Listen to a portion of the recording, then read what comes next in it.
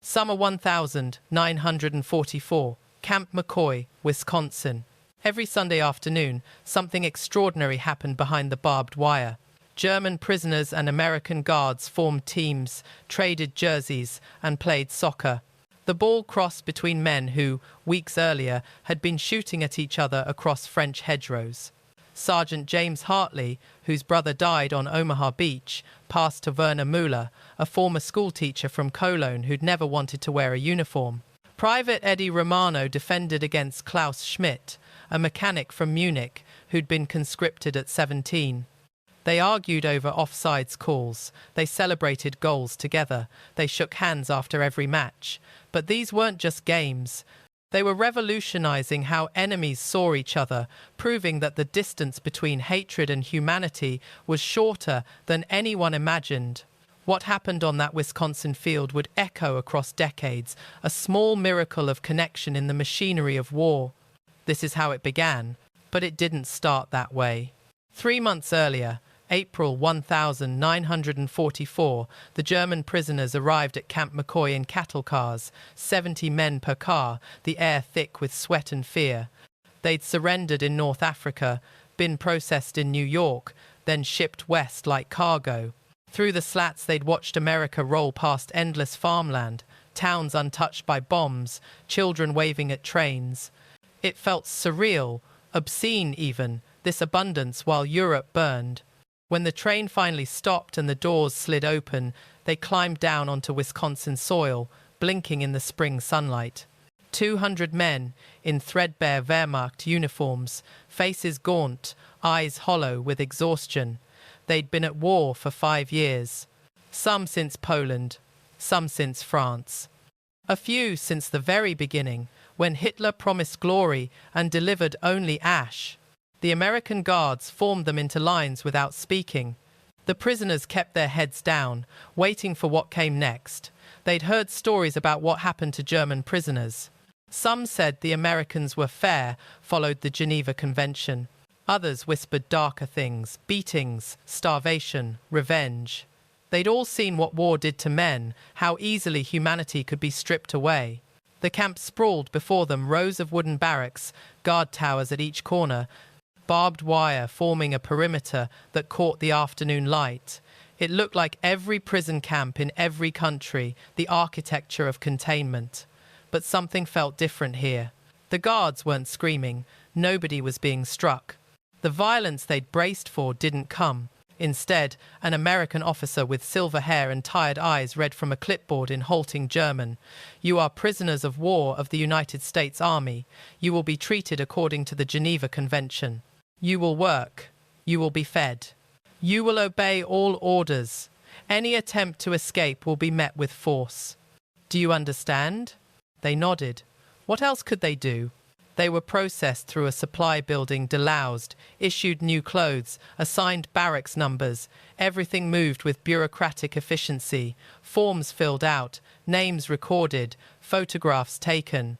By evening, they were settled into their new home, Barrack 7. 60 bunks in 2 rows, a wood stove at the center that would matter more come winter. Werner Müller took a bunk near the window. He was 26 but looked older, his face carved with the exhaustion of someone who'd seen too much. Before the war, he'd taught literature at a gymnasium in Cologne. He'd loved Goethe, Schiller, the romantic poets who believed in human potential. Then came conscription, basic training, North Africa. He'd never fired his weapon in anger. When his unit surrendered near Tunis, he'd felt only relief. Now he sat on the thin mattress and stared at his hands.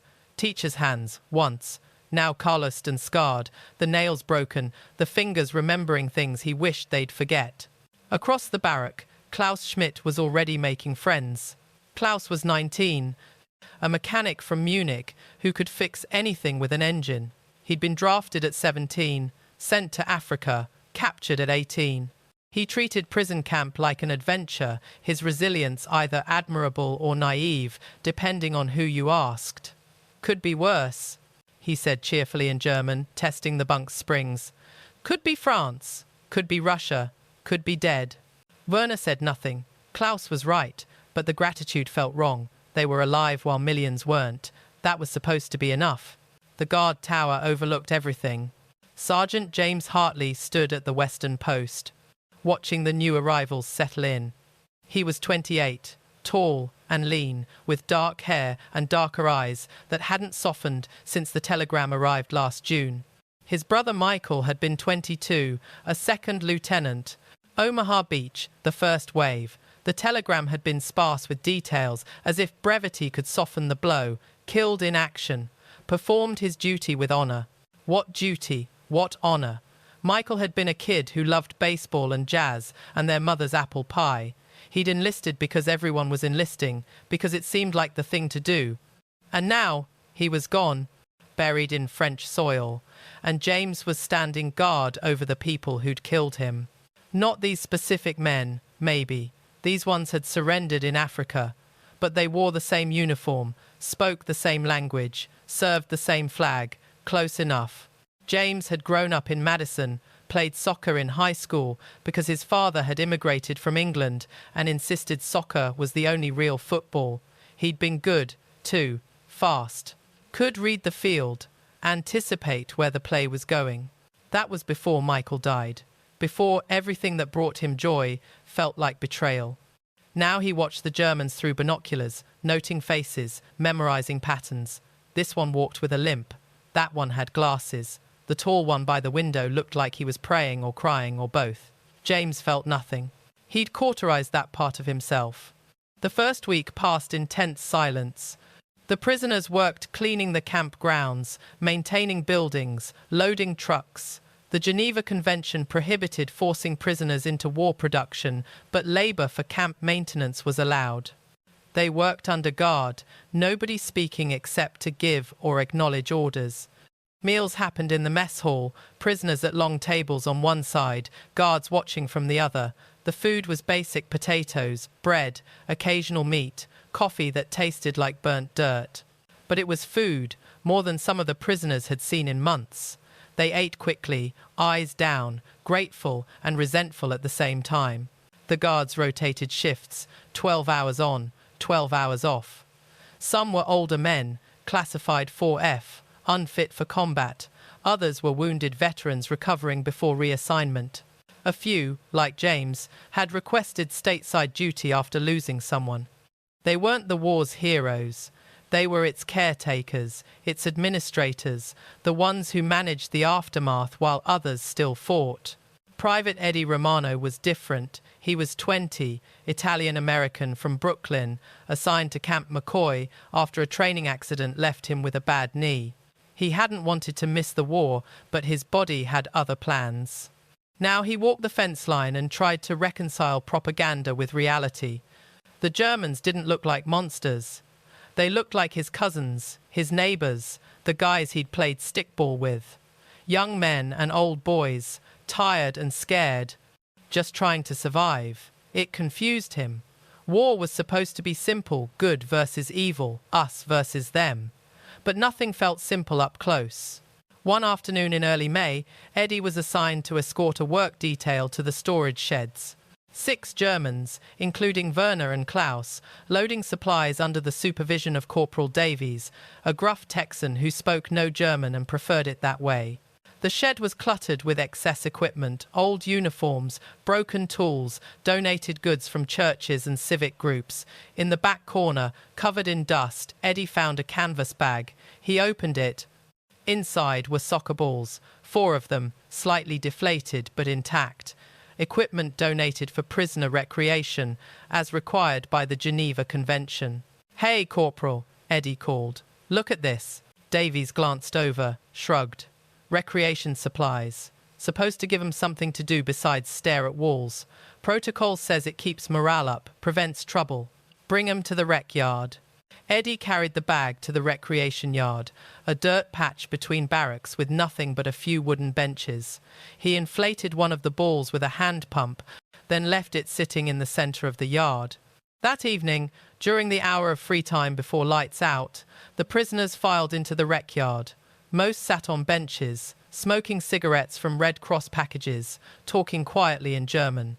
A few played cards. Others just stared at nothing, lost in memories they couldn't escape. Werner noticed the soccer ball immediately. He walked over, nudged it with his boot. It rolled a few feet, then stopped. Something about it, the simple geometry, the black and white panels, the promise of motion called to him. He'd played soccer as a boy in Cologne, in the street with his brothers, using rolled-up newspapers when they couldn't afford a real ball. He picked it up, feeling its weight, its possibility. Then he walked to the barracks wall, took a few steps back, and kicked.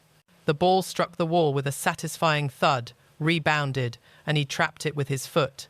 Again, kick, trap, kick, trap. The rhythm was meditative, purposeful. For 30 seconds, the war disappeared.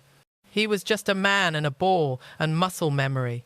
From the guard tower, James Hartley watched.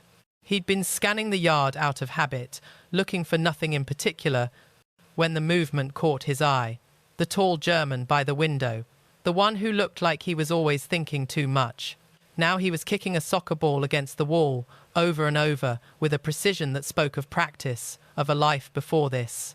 James felt something stir, not quite memory, not quite emotion, something in between. High school, autumn afternoons, the smell of cut grass and the sound of his teammates shouting his name.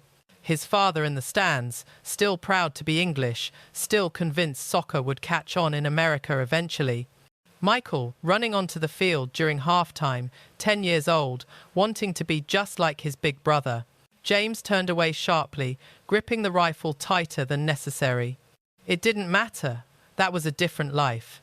That was before Michael died wearing number 7 on some godforsaken beach. Before James learned that the world was just machinery grinding people into dust. Before he understood that there was no going back, no reclaiming what was lost. Below, Werner continued kicking the ball. Again, and again, and again. The sound carried across the yard, rhythmic and relentless, something human asserting itself against silence. But different lives have a way of colliding when you put them in the same place long enough. The soccer ball became a fixture in the rec yard. Every evening after work detail, the Germans drifted toward it like metal to a magnet. At first it was just Werner, practicing his touches, finding solace in the repetition. Then Klaus joined him, challenging him to keep away.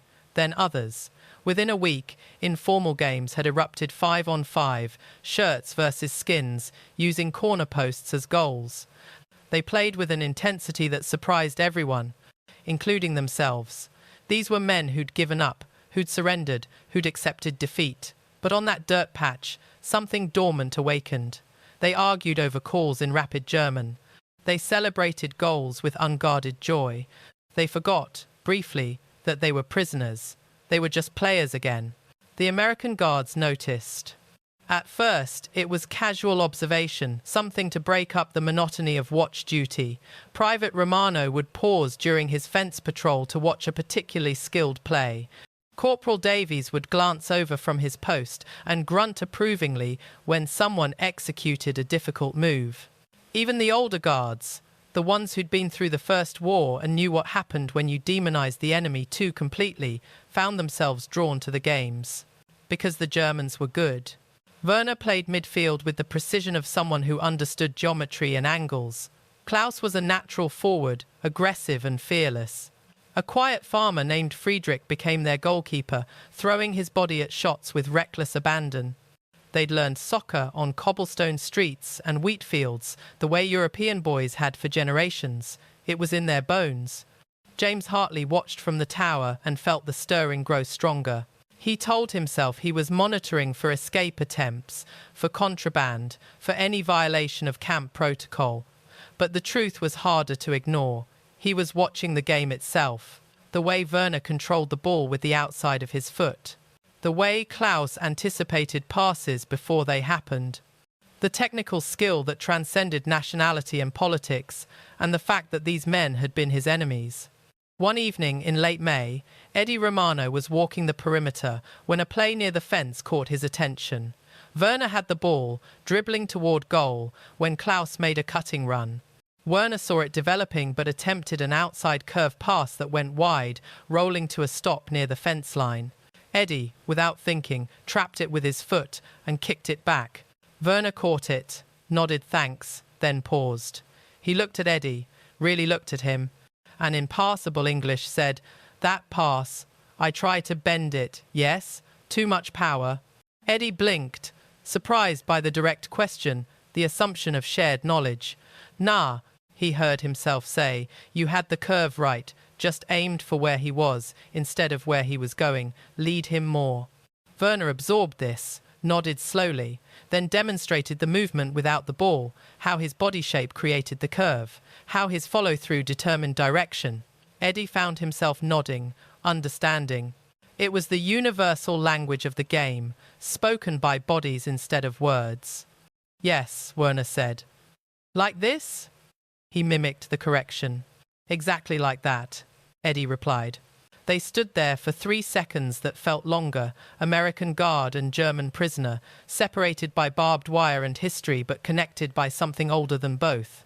Then Klaus shouted in German for the ball, and the moment broke. Werner jogged back to the game. Eddie continued his patrol, but his mind was racing. That night, in the guards' barracks, Eddie mentioned it to the others. They're really good, the Germans. At soccer, I mean. Some of them played seriously before the war. Davies snorted from his bunk. So what? They're good at kicking a ball. Doesn't change what they are. I'm not saying it does, Eddie protested. I'm just saying. I don't know. It's interesting. You ever think about playing them, like an actual match? The room went quiet. James, reading a letter from his mother for the 3rd time, looked up. Play ball with the enemy. They're not the enemy anymore, Eddie said carefully. They surrendered. They're just prisoners now. Same uniform, someone muttered. Same flag. Same people who killed my brother, James said quietly, and the conversation died. But the seed was planted. Colonel Patterson heard about the soccer games during his weekly meeting with the camp's senior staff. He was 52, a career officer who'd seen action in the First World War and knew how quickly camps could turn volatile when men had nothing but time and resentment to occupy them. Morale management wasn't glamorous, but it was necessary. The prisoners are playing soccer in the rec yard, his aide reported. Daily games. Good turnout. It's keeping them occupied. Patterson nodded. And the guards? Watching, sir. Some of them are getting interested. Patterson leaned back in his chair, fingers steepled. He'd commanded prison camps in 3 states, and he'd learned that the camps that functioned best were the ones where routines developed, where small normalcies took root. Sports helped, work helped, anything that gave men purpose beyond staring at fences. What if we organized it? Patterson said. Official matches, Sunday afternoons, prisoners versus guards, supervised, refereed, proper games. His aide looked uncertain. Sir, some of the men might not. I mean, playing against the enemy. They're not the enemy anymore, Lieutenant. They're detainees. And if organized sports keep this camp running smoothly, prevent incidents, and give both sides something productive to do, then I consider that a win. Patterson pulled out a memo pad. Draw up a proposal. Sunday matches starting mid-June. Voluntary participation on both sides. We'll present it at tomorrow's briefing. The announcement came the next morning during roll call. Colonel Patterson explained it simply. Organised soccer matches between a prisoner team and a guard team, Sunday afternoons, voluntary participation, proper rules and referees. Any guard interested in playing should report to Sergeant Hartley, who played in high school. Any prisoner interested should speak to their barracks leaders. The response was mixed. Among the prisoners, enthusiasm was immediate. They'd been playing anyway now, they'd have real matches, real opponents, something to look forward to. Klaus practically vibrated with excitement. Proper games, with Americans. This is wonderful. Even Friedrich, who rarely showed emotion, cracked a small smile. Werner was more cautious. They lost brothers, sons, friends to us, to people wearing our uniform. You think they want to play ball with us? Maybe not, Klaus said. But maybe that's the point. Maybe this changes things. Among the guards, the reaction was colder. Some saw it as a practical way to pass time, nothing more. Others thought it was absurd, degrading even, to treat prisoners like teammates. Davies called it soft-hearted nonsense. 3 guards refused outright. James Hartley said nothing during the briefing, but Eddie saw his jaw tighten, saw the way his hands gripped the table edge. After the briefing, Eddie approached him carefully. "You played in high school, right? You'd be good." "I don't want to play," James said flatly. "Why not? It's just a game." "Because they're the enemy." They surrendered, James. They gave up. They're not fighting anymore. James turned, and his eyes were hard as concrete. "My brother didn't get to surrender.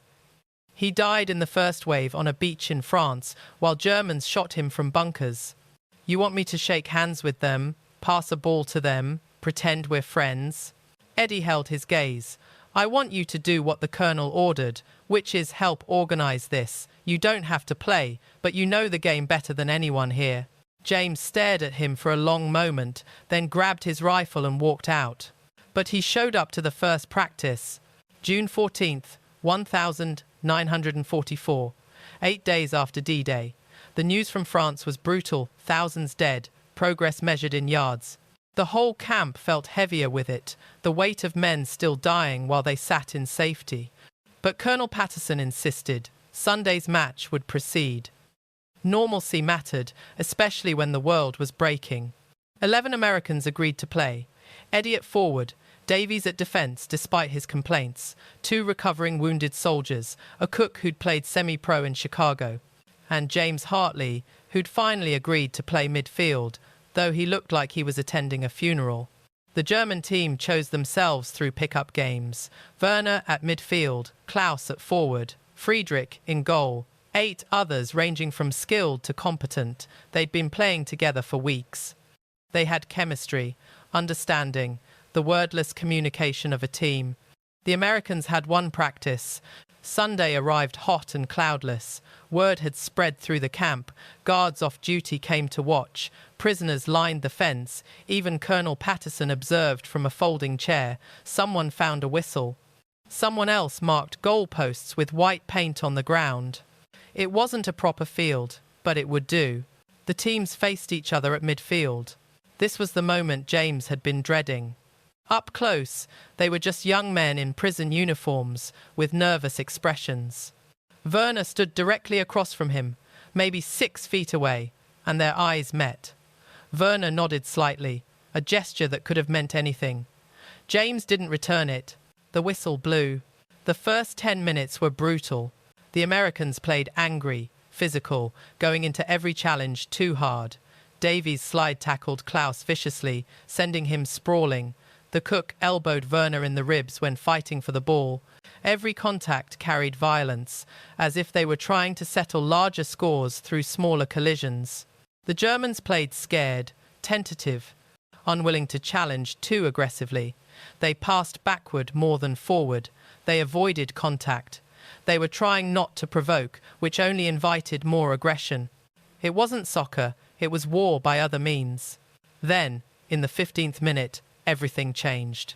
Werner received a pass at midfield, saw space ahead, started to push forward.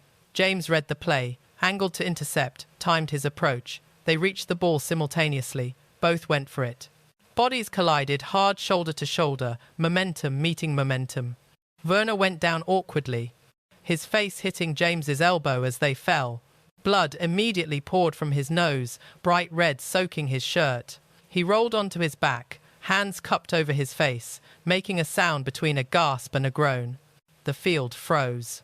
James scrambled to his feet, and for one terrible second he saw Michael, not Werner, Michael, bleeding on a beach, calling for help that never came.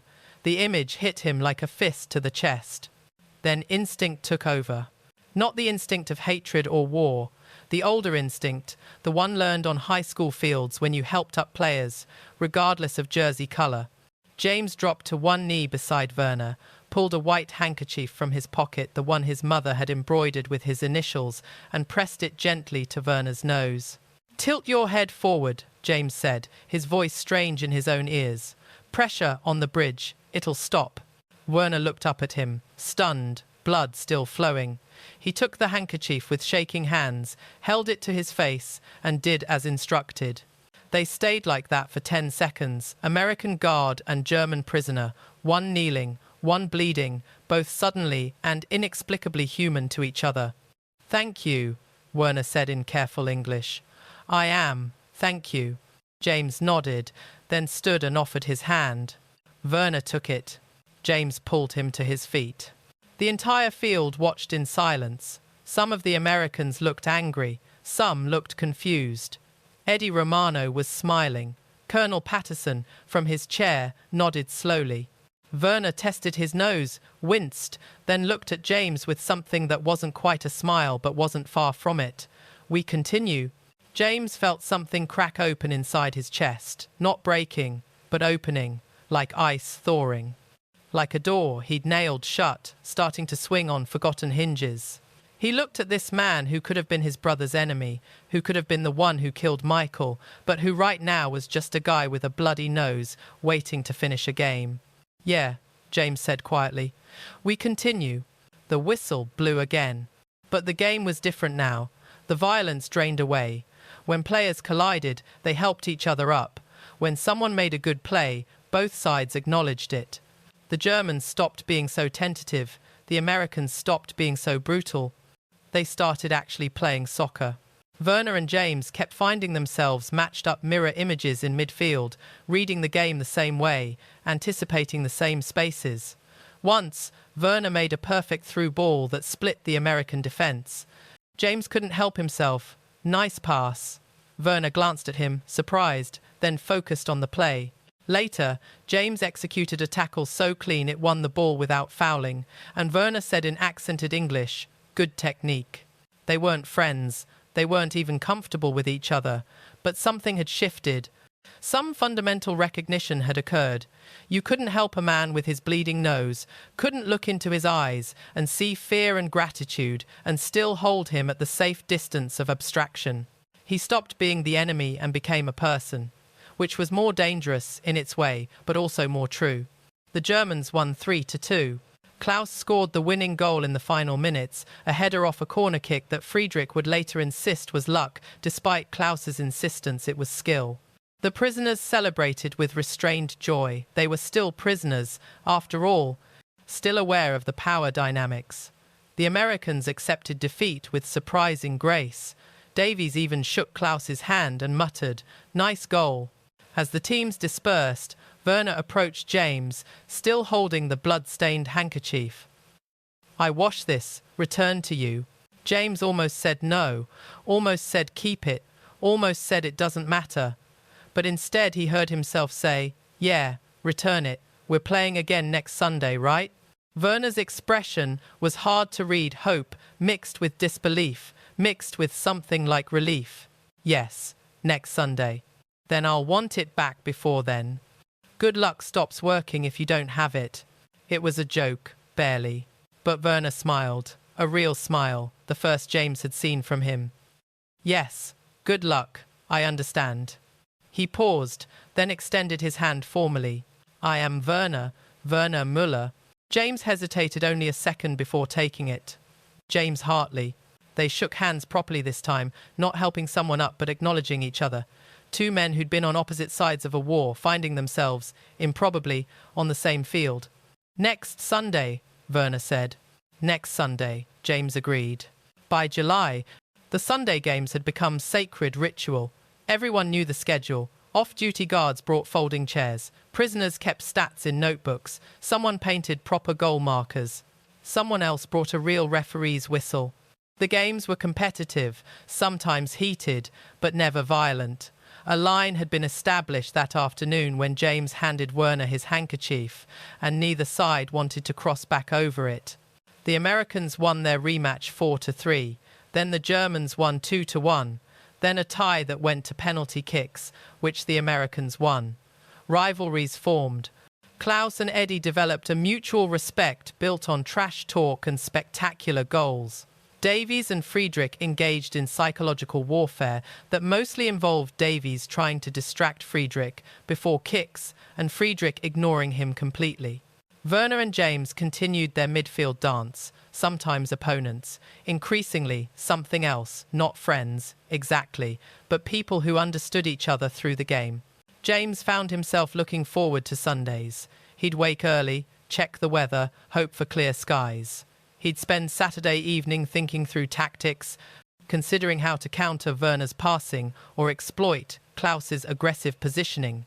It reminded him of high school, of loving the game for itself, of the joy he'd thought died with Michael. The handkerchief came back clean after that first game, pressed and folded. James kept it in his pocket during matches, a talisman. Werner always wore number 7, James's brother's number. It should have hurt. Somehow, it didn't. It felt right, like Michael's number living on in a new context, carrying forward instead of being buried with him.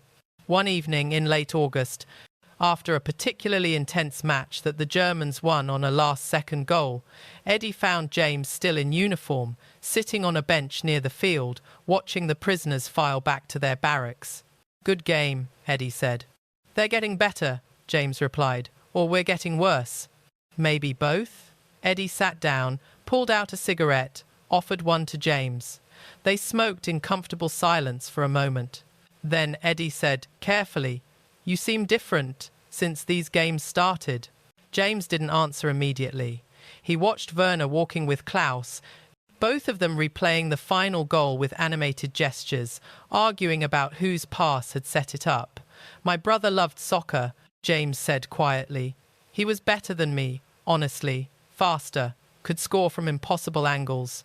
I always thought he'd play in college, maybe longer." He paused.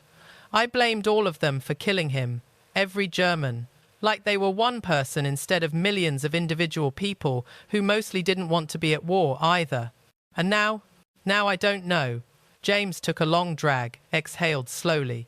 "Werner told me last week his family died in a bombing raid. Cologne. Allied bombers. His parents, his little sister. He showed me a letter he got in April. They were civilians, just people in the wrong city at the wrong time." James looked at Eddie. "How do I hate him for what happened to Michael when the same thing happened to his family? How do we keep score in something like that?" Eddie didn't have an answer. Nobody did. War was a machine that destroyed everyone it touched, regardless of which flag they saluted. The only difference was geography and timing. "I think that's the point," Eddie finally said, "of these games. We stop keeping score of the war and just keep score of the game. Maybe that's how we find our way back." James nodded slowly. Maybe Eddie was right. Maybe that's what was happening on this dusty field every Sunday, not forgetting, never forgetting, but finding a way to remember they were human first and enemies second. Or maybe not even enemies anymore. Just men who'd been caught in something bigger than themselves and were now trying to figure out what came next. By October, the leaves turned gold and fell. The air sharpened with autumn's edge. The games continued. But everyone knew winter was coming. Soon the ground would freeze. Soon the field would be unplayable. Soon everything would change again. But for now, for these Sunday afternoons, the ball kept moving between them, back and forth, pass and return, a conversation in the only language that seemed to matter anymore. None of them knew what was coming. The war wasn't finished with them yet. Winter came hard to Wisconsin that year. By November, the recreation yard had turned to frozen mud, unplayable. The Sunday games couldn't continue outdoors, not safely, not without injuries. For 2 weeks, the matches stopped. The prisoners returned to the rhythms of confinement, work details, meals, the long hours of nothing. The guards returned to pure surveillance, the distance between watcher and watched reasserting itself. James felt the absence like a physical thing. Sunday afternoons stretched empty and purposeless. He'd catch himself checking the weather, hoping for a thaw that wouldn't come until spring.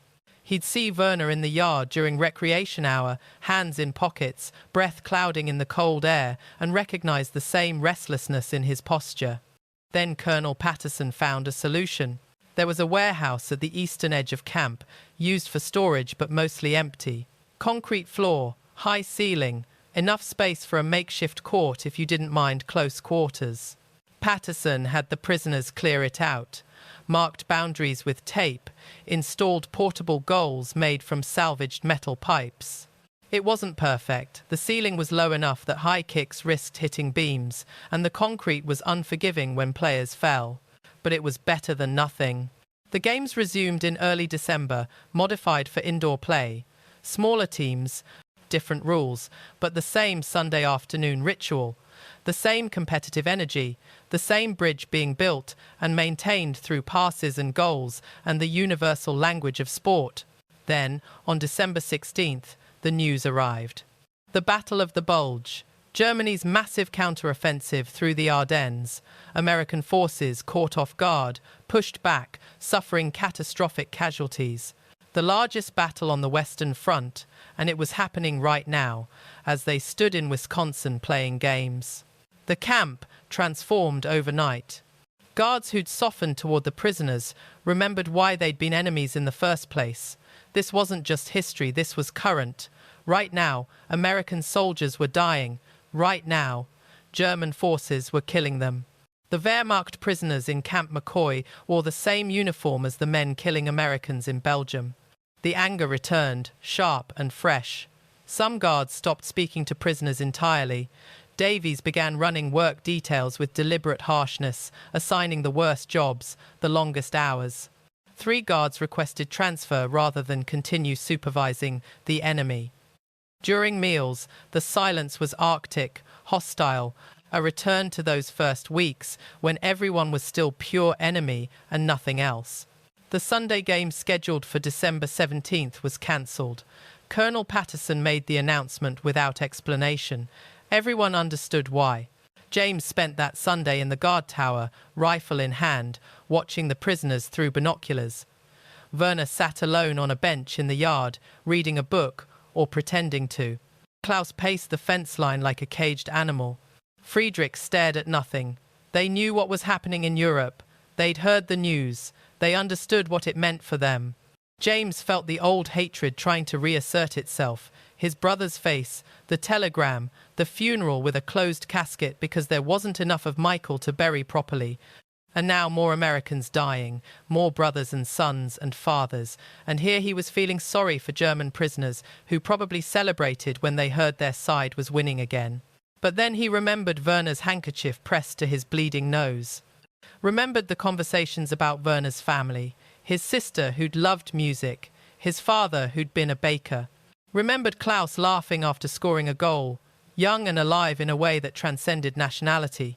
Remembered Friedrich's quiet dignity, the way he never complained, never asked for special treatment. The hatred didn't fit anymore.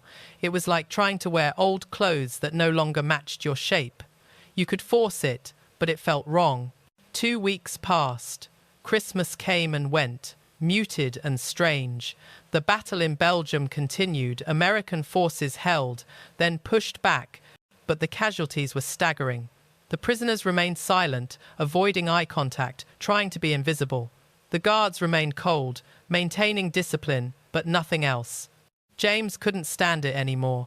On December 30th, during evening recreation hour, he did something he'd never done before. He walked down from the tower, through the checkpoint, into the yard where prisoners were allowed. Several Germans noticed him approaching and moved away, uncertain. But Werner remained on his bench, book closed now, watching James with an expression that was hard to read.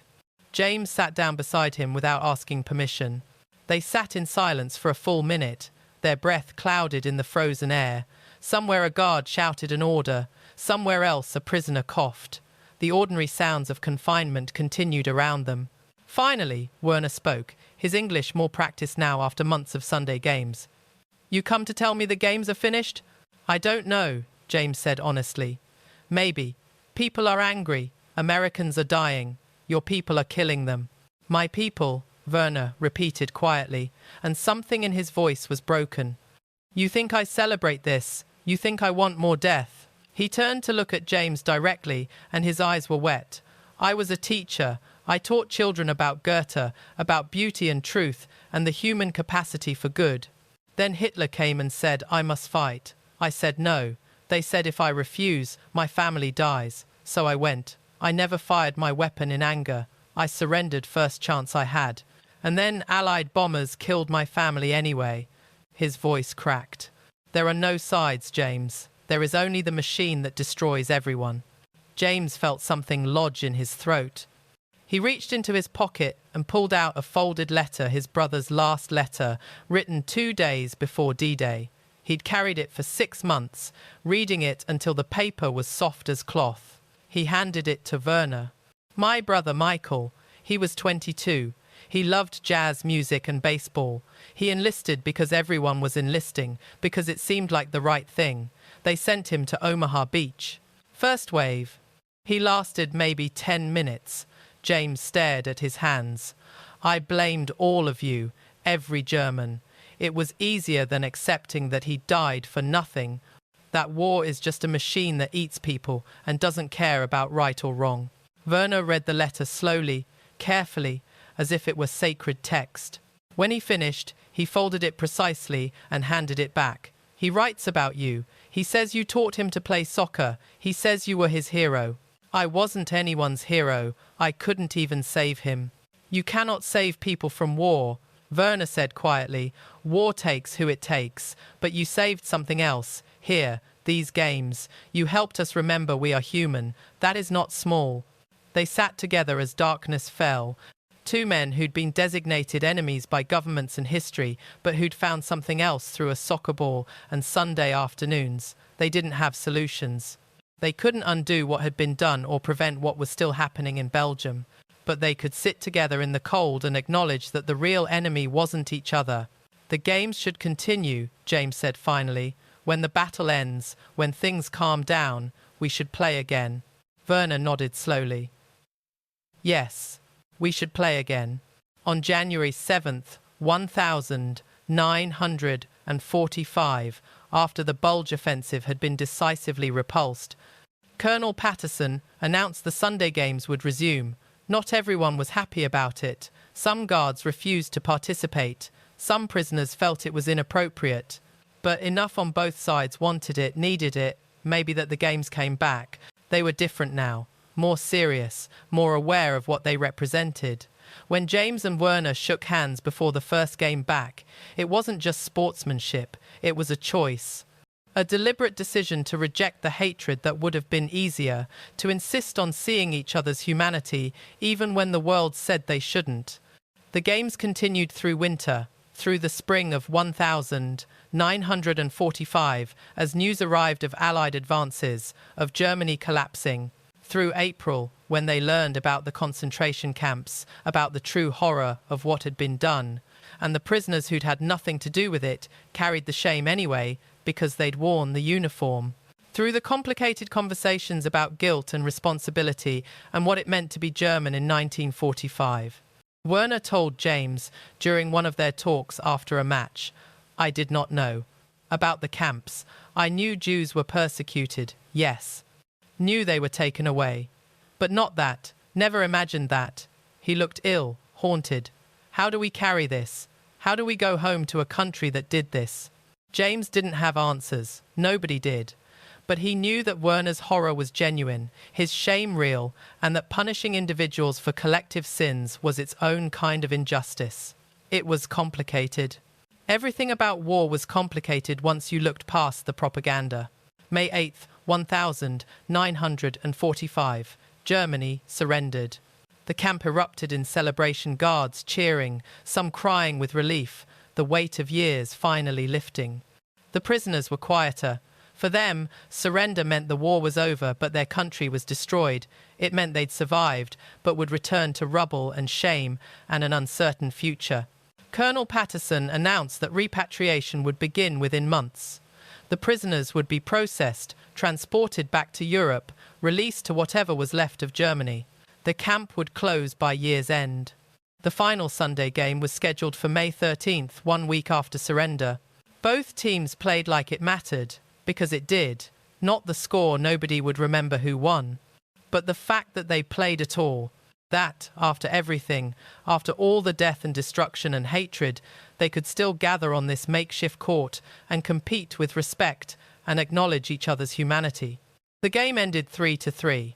Nobody suggested penalty kicks. It felt right to leave it tied, to let it stand as something unresolved but somehow complete. Afterward, the teams lined up and shook hands properly, one by one. When James reached Werner, they held the handshake longer than necessary. You kept this, Werner said, noticing the white handkerchief in James's pocket, the same one from that first game, still stained with old blood that wouldn't wash out. Good luck, James said. Remember? Werner smiled sadly. I remember everything. He pulled a small piece of paper from his pocket, carefully torn from a notebook, an address written in precise handwriting. When I go home, when I find home, I write to you. Yes? James took the paper, then wrote his own address on another scrap. Yeah, you write. I'll write back. Promise? Promise. They both knew that promises made in extraordinary circumstances rarely survived ordinary life. But they made it anyway, because some promises are worth making even if you're not sure you can keep them. The prisoners left Camp McCoy in stages throughout the summer. Werner's group departed in July, loaded onto the same cattle cars that had brought them, headed back to New York, then shipped to Europe, then released into the ruins of Germany to figure out what came next. James stood at the fence and watched the train disappear, and felt something like grief, not for enemies, for friends he'd never expected to make. The letters started in October 1945. Werner's first letter arrived on cheap paper, the handwriting shaky, postmarked from Cologne, or what was left of Cologne. He described returning to a city he didn't recognize, entire neighborhoods erased, landmarks gone, his family home a crater. He was teaching again, at a school that met in a church basement because the school building had been bombed. His students were hungry and traumatized and trying to learn mathematics and literature in a world that had forgotten both. But he was alive, he was teaching, he was rebuilding. James wrote back. He'd left the army, taken a job at a VA hospital in Madison, helping veterans adjust to civilian life. He worked with amputees, with men who couldn't sleep, with boys who'd become old men in a matter of months. He coached a youth soccer team on weekends, taught them the game the way his father had taught him, the way he'd once taught Michael. The letters continued, once a month, then twice a month, then whenever something worth sharing happened. Werner wrote about Germany's painful reconstruction, about denazification, about collective guilt and individual responsibility. James wrote about post-war America, about prosperity built on others' destruction, about the complicated pride of winning a war that had cost so much. They wrote about soccer. Always, they wrote about soccer. Werner's school team, James's youth league, professional matches they'd seen, tactics they'd been thinking about. The games became their neutral ground again, the place where they could just be two people who loved the sport instead of former enemies navigating a complicated peace. In 1950, Werner married a war widow with 2 children. James was the first person outside Germany, he told. In 1952, James married a nurse from the VA hospital. Werner sent a letter of congratulation that arrived 3 days before the wedding. The years accumulated. The letters never stopped. In 1962, Werner wrote with news.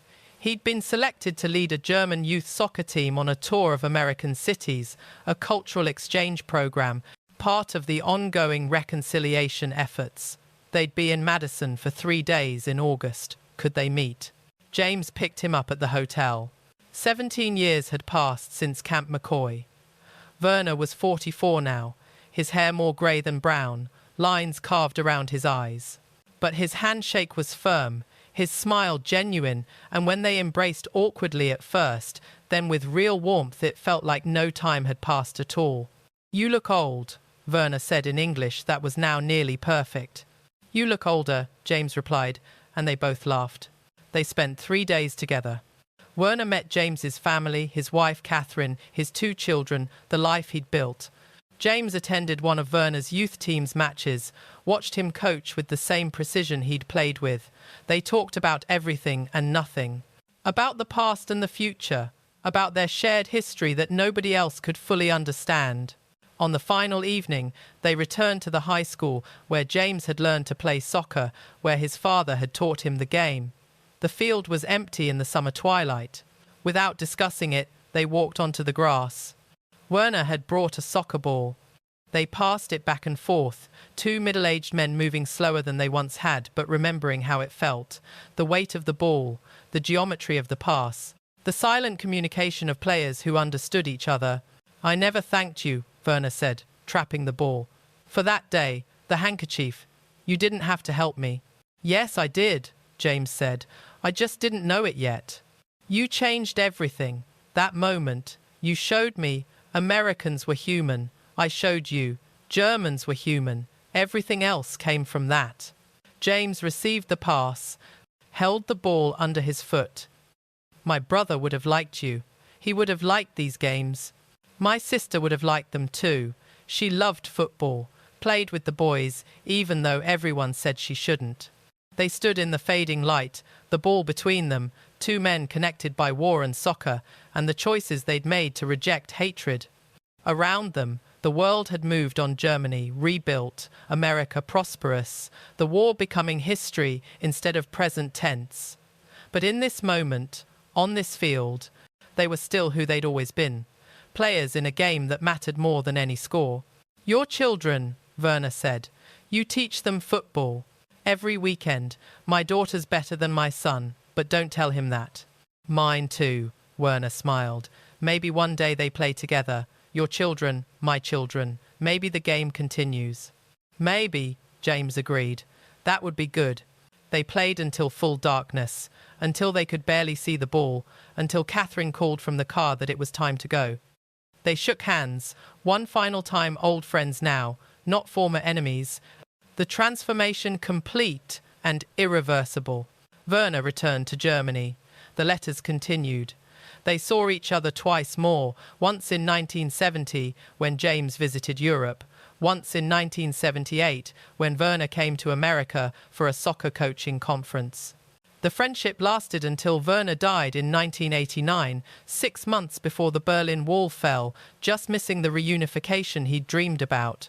James kept every letter, kept the white handkerchief with the blood stain that wouldn't wash out, kept the photographs from that 1962 visit, kept the memory of Sunday afternoons in a prison camp where enemies became teammates, where hatred transformed into humanity through the simple act of playing a game together. Present day, the site of former Camp McCoy. The barracks are gone, the barbed wire removed, the guard towers demolished. In their place, a small memorial park dedicated to reconciliation and remembrance. At the center stands a bronze plaque, mounted on stone, inscribed with simple words. On this site, 1944 to 1945, German prisoners of war and American guards formed a soccer league. Through sport, they discovered their common humanity. Through competition, they built friendship. Through courage, they chose connection over hatred. May we remember that the distance between enemy and friend is shorter than we think, if we're brave enough to cross it. A school group visits middle schoolers on a field trip, barely paying attention as their teacher explains. They take photos for their assignment. They complain about the cold. They don't really understand. But one girl pauses at the plaque, reading it twice. She plays soccer. She has friends who speak different languages, come from different countries, believe different things. She's learning, without knowing it, the same lesson James and Werner learned, that the game transcends the uniforms. That humanity is found in the act of playing together, of passing the ball, of helping someone up when they fall. She doesn't know their names, doesn't know about the handkerchief or the letters or the reunion on a twilight field. But she carries forward what they learned, the way all lessons worth learning get carried forward imperfectly, incompletely, but forward nonetheless. Because war makes enemies of those who would otherwise be friends. War draws lines and demands we choose sides, and insists that people wearing different uniforms can't possibly be human in the same way we are. But a soccer ball doesn't care about uniforms. A well-placed pass doesn't care about nationality. The joy of a perfectly executed play transcends language and history, and all the machinery that tries to divide us. What happened at Camp McCoy in 1944 wasn't unique. It's happened countless times, in countless places, whenever people chose connection over hatred. Whenever they looked past the enemy label and saw the person underneath. Whenever they were brave enough to offer a handkerchief to someone who was bleeding, or kind enough to return it clean, or wise enough to keep it as a reminder that transformation is always possible. The war ended, the camp closed, the prisoners went home. But the lesson remained, carried forward by everyone who heard the story, everyone who chose to see humanity first and differences second. Everyone who understood that we're all just players in games we didn't design, trying to find our way back to each other. Summer 1944, Camp McCoy, Wisconsin. Every Sunday afternoon, something extraordinary happened behind the barbed wire. Two enemies kicked a ball and discovered they were never enemies at all. Just men who'd forgotten, briefly, what they had in common. The game reminded them. The game always reminds us, if we're willing to play.